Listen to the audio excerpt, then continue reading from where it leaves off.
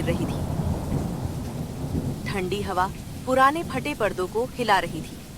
झोपड़ी के एक कोने में मिट्टी का चूल्हा बुझ चुका था। उससे हल्का सा धुआं अभी भी निकल रहा था। कमरे में अंधेरा था। सिर्फ एक छोटा सा टिमटिमाता दिया जल रहा था। छोटी बहन गुड़िया पुराने कंबल में बैठी थी। उसका चेहरा भूख से उतरा हुआ था। बड़ी बहन सीमा फटे पुराने कपड़े सुई धागे से सिल रही थी। उसके हाथ लगातार काम कर रहे थे, लेकिन आंखों में थकान साफ दिख रही। रात बहुत ठंडी थी, लेकिन उस छोटी सी झोपड़ी में ठंड से ज्यादा गरीबी महसूस हो रही थी। कभी कभी जिंदगी इंसान को इतना मजबूर बना देती है कि पेट की भूख भी आंखों से छुपानी पड़ती है। उस झोपड़ी में रहने वाली दो बहनों के पास आज उम्मीद से ज्यादा बस खामोशी बची थी। गुड़िया धीरे धीरे सीमा की तरफ देखती है। उसकी आंखों में मासूमियत थी, लेकिन चेहरे पर भूख साफ दिखाई दे रही थी। वो अपने पेट पर हाथ रखती है और सीमा से बोलती है, आज खाना मिलेगा क्या दीदी? सीमा सिलाई करते करते अचानक रुक जाती है। उसकी उंगलियां कांपती हैं। वो तुरंत अपना चेहरा दूसरी तरफ घुमा लेती है ताकि गुड़िया उसकी आंखों का दर्द न देख सके। फिर होठों पर हल्की झूठी मुस्कान लाती है। अरे पगली, इतना क्यों सोचती है तू? मिलेगा ना खाना, बस थोड़ा सा इंतजार कर ले। देखना, मैं तेरे लिए कुछ ना कुछ जरूर करती हूँ हर बार। सीमा धीरे से उठती है और कोने में रखा पुराना लोहे का डिब्बा खोलती है। डिब्बा खुलते ही उसकी आंखें ठहर जाती हैं। अंदर सिर्फ आधी सूखी हुई रोटी रखी होती है। वो कुछ सेकंड तक उसे चुपचाप देखती रहती है। बारिश की आवाज और तेज सुनाई देने लगती है। गरीबी का सबसे दर्दनाक सच ये नहीं होता कि घर छोटा है या कपड़े पुराने हैं। सबसे बड़ा दर्द तब होता है जब एक बड़ी बहन के सामने उसकी छोटी बहन भूखी बैठी हो और उसके पास देने के लिए सिर्फ आधी रोटी बची हो। सीमा की आंखें भर आती हैं। वो जल्दी से आंसू पोंछती है ताकि गुड़िया ना देख ले। फिर मुस्कुराने की कोशिश करते हुए रोटी लेकर गुड़िया के पास आती है। फिर गुड़िया से बोलती है, देख, मिल गया ना खाना। चल अब जल्दी से खा ले। तूने सुबह से कुछ नहीं खाया, तेरी तबीयत खराब हो जाएगी। गुड़िया रोटी को देखती है, फिर सीमा की तरफ देखती है। उसे समझ आ जाता है कि घर में बस यही आखिरी खाना है। और आप क्या खाओगी दीदी? हर बार मुझे खिला देती हो, लेकिन खुद कुछ नहीं खाती। सीमा तुरंत नजरें चुरा लेती है और हल्की हंसी का नाटक करती है। अरे मैंने खा लिया था ना बाहर काम पर। मालकिन ने खाना दिया था। मुझे बिल्कुल भूख नहीं है। तू बस आराम से खा ले। गुड़िया कुछ देर तक चुप रहती है। उसकी आंखें धीरे धीरे नम होने लगती हैं। वो रोटी को देखती है, फिर धीरे से उसे दो हिस्सों में तोड़ देती है। आधा हिस्सा सीमा की तरफ बढ़ाती है।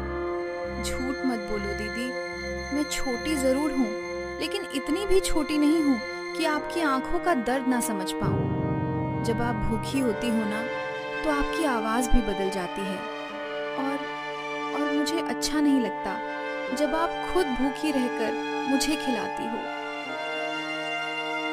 सीमा ये सुनते ही खुद को रोक नहीं पाती। उसकी आंखों से आंसू निकल पड़ते हैं। वो तुरंत मुंह दूसरी तरफ कर लेती है। बारिश की आवाज के बीच उसकी हल्की सिसकियां सुनाई देती हैं। कुछ रिश्तों में शब्द कम पड़ जाते हैं, क्योंकि वहाँ प्यार बातों से नहीं, त्याग से दिखाई देता है। उस छोटी सी झोपड़ी में दो बहनें भूखी जरूर थीं, लेकिन उनके बीच का प्यार दुनिया के सबसे अमीर लोगों से भी बड़ा था। गुड़िया धीरे से सीमा का हाथ पकड़ लेती है। दीदी, एक दिन ना मैं बहुत बड़ी बनूंगी, फिर आपको कभी रोने नहीं दूंगी। हमारे घर में भी बहुत सारा खाना होगा और तब मैं आपको अपने हाथों से खिलाऊंगी। सीमा रोते हुए मुस्कुरा देती है। वो गुड़िया को अपने सीने से लगा लेती है। दोनों चुपचाप एक दूसरे से लिपटी रहती हैं। बाहर बारिश लगातार बरसती रहती है। बस तू हमेशा मेरे पास रहना गुड़िया, मुझे और कुछ नहीं चाहिए। छोटी सी झोपड़ी टिमटिमाता दिया, बाहर बरसती बारिश और एक दूसरे के सहारे बैठी दो गरीब बहनें। उस रात उन्होंने पेट भर खाना नहीं खाया था, लेकिन एक दूसरे के प्यार से दिल जरूर भर गया था। सुबह का समय, रात की बारिश अब रुक चुकी थी। झोपड़ी के बाहर गीली मिट्टी से हल्की ठंडी भाप उठ रही थी। सूरज की हल्की किरणें टूटे हुए टीन की छत के छेदों से अंदर आ रही हैं। झोपड़ी के बाहर पानी जमा हो गया था। दूर कहीं मंदिर की घंटी की आवाज सुनाई दे रही थी। अंदर सीमा जल्दी जल्दी काम में लगी हुई थी। उसने पुरानी फीकी साड़ी पहन रखी थी। उसके हाथ में एक पुराना कपड़े का थैला था, जिसमें बर्तन धोने का साबुन और एक फटा हुआ कपड़ा रखा था। दूसरी तरफ छोटी गुड़िया स्कूल जाने की तैयारी कर रही थी। उसने पुरानी यूनिफॉर्म पहनी हुई थी, जो कई जगह से सिलाई की गई थी। वो अपने जूतों को साफ करने की कोशिश करती है, लेकिन जूते आगे से पूरी तरह फटे हुए थे। हर सुबह उनके लिए नई नहीं होती थी, बस संघर्ष का एक और दिन लेकर आती थी। सीमा की जिंदगी में आराम नाम की कोई चीज नहीं बची थी, लेकिन फिर भी वो हर सुबह अपनी छोटी बहन के चेहरे पर उम्मीद देखने की कोशिश जरूर करती थी। गुड़िया अपने जूतों को पहनने की कोशिश करती थी, तभी जूते का आगे का हिस्सा खुल जाता है। वो कुछ सेकंड तक चुपचाप उसे देखती रहती है। उसकी आंखों में शर्म और उदासी साफ दिखाई देती है। दीदी, क्या मैं आज स्कूल ना जाऊं?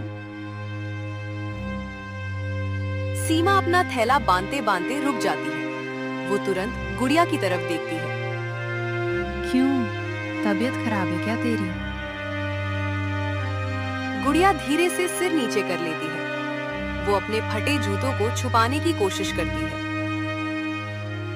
नहीं, बस स्कूल में सब मेरा मजाक उड़ाते हैं।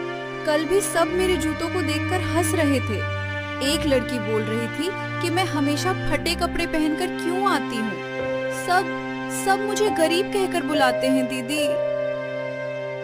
ये सुनकर सीमा कुछ पल के लिए चुप हो जाती है। उसकी आंखों में दर्द उतर आता है। वो जानती है कि गुड़िया सच बोल रही है, लेकिन उसके पास हालात बदलने की ताकत नहीं है। फिर भी वो खुद को संभालती है। दुनिया अक्सर गरीब इंसान का दर्द नहीं देखती, बस उसके फटे कपड़े देखती है। गुड़िया छोटी थी, लेकिन लोगों के तानों ने उसकी मासूमियत से हंसना छीनना शुरू कर दिया था। सीमा धीरे धीरे गुड़िया के पास आती है, उसके सामने बैठती है और प्यार से उसके बाल ठीक करती है। सुन, लोगों का काम है बोलना। अगर आज वो तेरे फटे जूतों पर हंस रहे हैं ना, तो एक दिन यही लोग तेरी कामयाबी देखकर ताली भी बजाएंगे। गरीबी हमेशा नहीं रहती गुड़िया, लेकिन मेहनत करने वाले लोग एक दिन जरूर बदल जाते हैं। गुड़िया चुपचाप सीमा की आंखों में देखती है। लेकिन दीदी, जब सब हंसते हैं ना, तो मुझे बहुत बुरा लगता है। ऐसा लगता है जैसे मैं बाकी बच्चों जैसी क्यों नहीं हूँ। सीमा की आंखें हल्की भर आती हैं, लेकिन वो मुस्कुरा देती है। क्योंकि तू बाकी बच्चों जैसी नहीं है, तू उनसे ज्यादा मजबूत है। उन्हें कभी भूखे पेट सोना नहीं पड़ा, उन्हें कभी बारिश में छत टपकने का डर नहीं लगा। लेकिन तू इतनी छोटी होकर भी सब सह रही है। और याद रखना, जो बच्चे मुश्किलों में बड़े होते हैं ना, वही जिंदगी में सबसे आगे जाते हैं। गुड़िया की आंखें नम हो जाती हैं। सच में दीदी, क्या मैं भी एक दिन बड़ी इंसान बन सकती हूँ? तू सिर्फ बड़ी इंसान नहीं बनेगी, तू वो बनेगी जिस पर मुझे सबसे ज्यादा गर्व होगा। बस पढ़ाई कभी मत छोड़ना, चाहे हालात कितने भी मुश्किल क्यों ना हो। गुड़िया धीरे से मुस्कुराने की कोशिश करती है। सीमा उसके जूतों को देखती है। जूते पूरी तरह टूट चुके थे। वो चुपचाप अपनी साड़ी के पल्लू से जूते पर लगी मिट्टी साफ करती है। सीमा के पास पैसे नहीं थे, लेकिन हिम्मत थी। उसके पास अच्छे कपड़े नहीं थे, लेकिन अपनी बहन के लिए बड़े सपने जरूर थे। वो खुद अंदर से टूट चुकी थी, लेकिन अपनी छोटी बहन के सपनों को टूटने नहीं देना चाहती थी। सीमा अपने ब्लाउज के अंदर बंधी छोटी गांठ खोलती है। उसमें कुछ सिक्के और मुड़े हुए नोट रखे होते हैं। वो उनमें से 2 रुपए निकालकर गुड़िया के हाथ में रखती है। ये ले, स्कूल से लौटते वक्त कुछ खा लेना। और हाँ, रोना बिल्कुल नहीं। मेरी बहन रोती हुई अच्छी नहीं लगती। और आप फिर कुछ नहीं खाओगी ना? सीमा हल्का हंसती है और उसका माथा चूम लेती है। अरे मैं इतनी जल्दी भूखी नहीं मरने वाली पगली। दोनों हल्का मुस्कुराते हैं, लेकिन दोनों की आंखों में दर्द अभी भी बाकी था। बाहर से स्कूल की घंटी की हल्की आवाज आती है। गुड़िया अपना बैग उठाती है। चलते चलते अचानक पीछे मुड़ती है और सीमा को गले लगा लेती है। मैं पढ़ाई करूंगी दीदी, बहुत मेहनत करूंगी, ताकि आपको लोगों के घरों में काम ना करना पड़े। सीमा उसे कसकर गले लगा लेती है। बस यही सपना पूरा कर दे, फिर मुझे जिंदगी से और कुछ नहीं चाहिए। गुड़िया धीरे धीरे स्कूल की तरफ चल देती है। उसके फटे जूते की आवाज गीली मिट्टी पर सुनाई देती है। सीमा उसे दूर तक देखती रहती है, फिर आंखों में छुपे आंसुओं को पोंछकर अपना थैला उठाती है और लोगों के घरों में काम करने निकल जाती है। कुछ लोग पैसों से अमीर होते हैं और कुछ लोग अपने त्याग से। सीमा गरीब जरूर थी, लेकिन अपनी बहन के सपनों के लिए वो दुनिया की सबसे अमीर बहन थी। सुबह का समय धीरे धीरे दोपहर में बदल रहा था। शहर की बड़ी कॉलोनी के बीचों बीच एक आलीशान बंगला खड़ा था। बाहर बड़ी चमचमाती कारें खड़ी थी। घर के अंदर संगमरमर का फर्श चमक रहा था।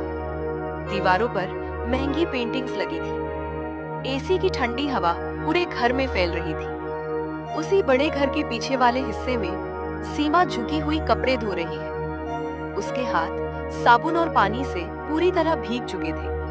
ठंडे पानी में लगातार काम करते करते उसकी उंगलियां लाल पड़ गई थीं। पास में गंदे कपड़ों का बड़ा ढेर रखा था। सीमा बिना रुके काम किए जा रही थी, क्योंकि उसे अभी 2 और घरों में काम करने जाना था। गरीबी सिर्फ इंसान की जेब खाली नहीं करती, कई बार उसकी इज्जत भी छीन लेती है। सीमा रोज सुबह अपने सपनों को घर में छोड़कर निकलती थी और लोगों के घरों में काम करते करते अपनी थकान, अपना दर्द सब चुपचाप अंदर दबा लेती थी। सीमा जल्दी जल्दी कपड़े धो रही होती है, तभी उसकी नजर अचानक एक छोटे दाग पर नहीं पड़ती। वो कपड़ा बाकी कपड़ों के साथ रख देती है। इतने में घर की मालकिन तेज कदमों से वहां आती है। उसके हाथ में महंगा फोन, चेहरे पर गुस्सा साफ दिख रहा था। सीमा, ये क्या है? तुमसे एक काम भी ठीक से क्या? इतने पैसे लेते हो फिर भी कपड़े साफ नहीं कर सकती?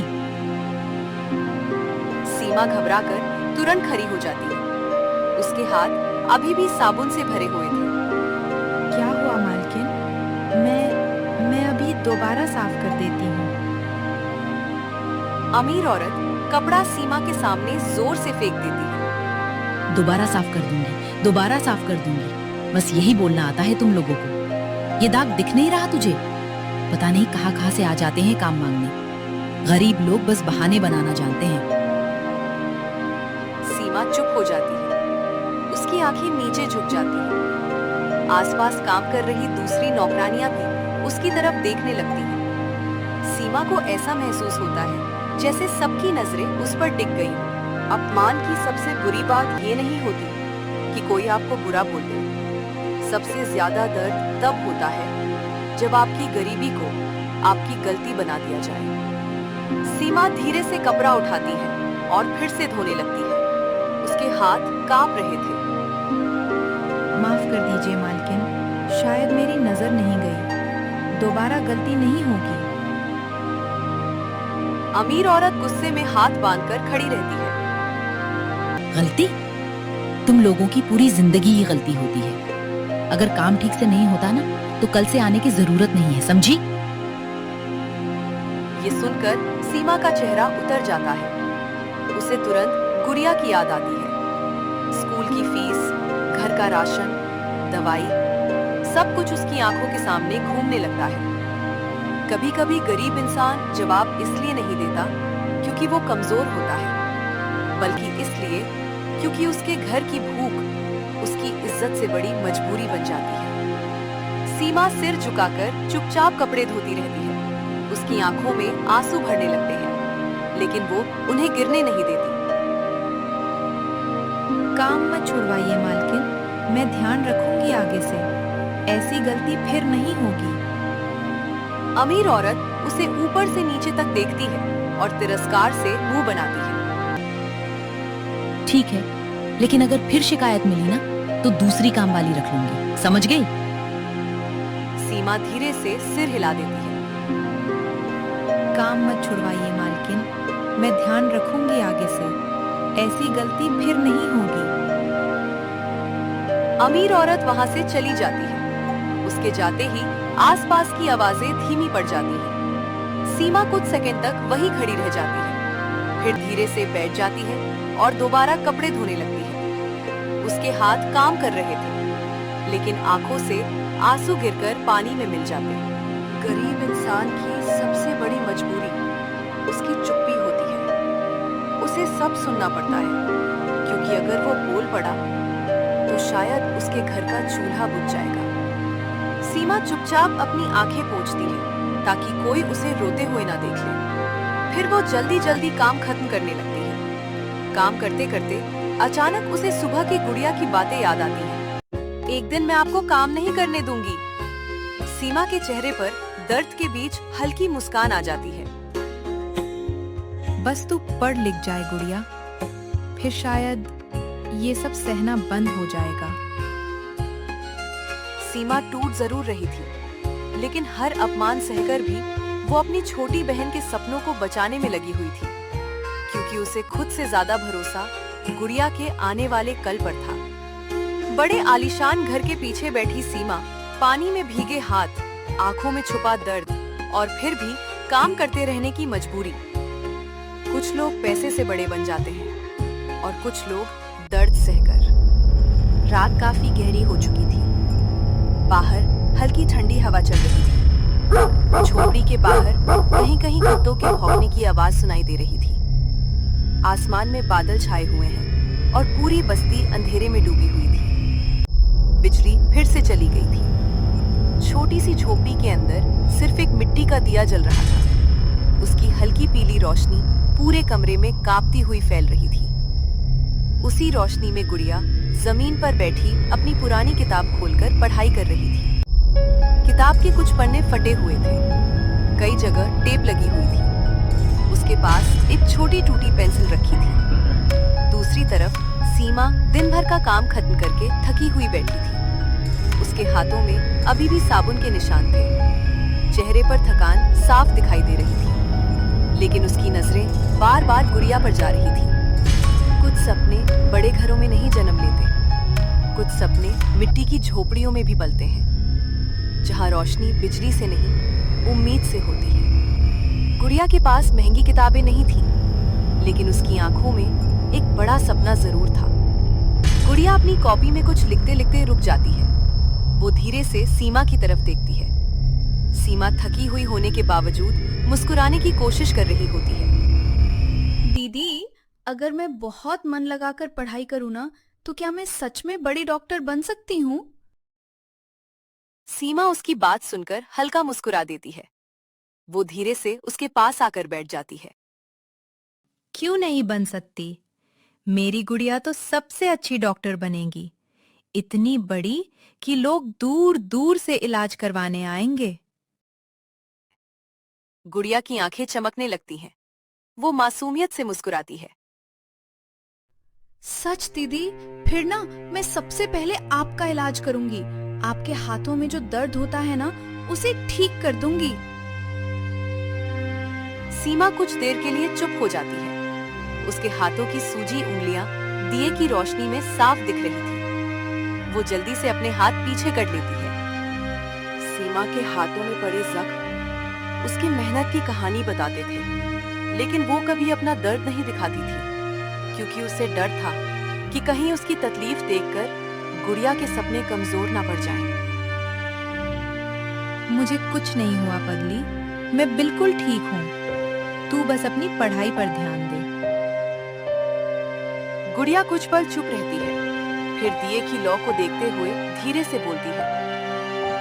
दीदी, मैं बड़ी होकर डॉक्टर बनूंगी, फिर आपको कभी लोगों के घरों में काम नहीं करने दूंगी।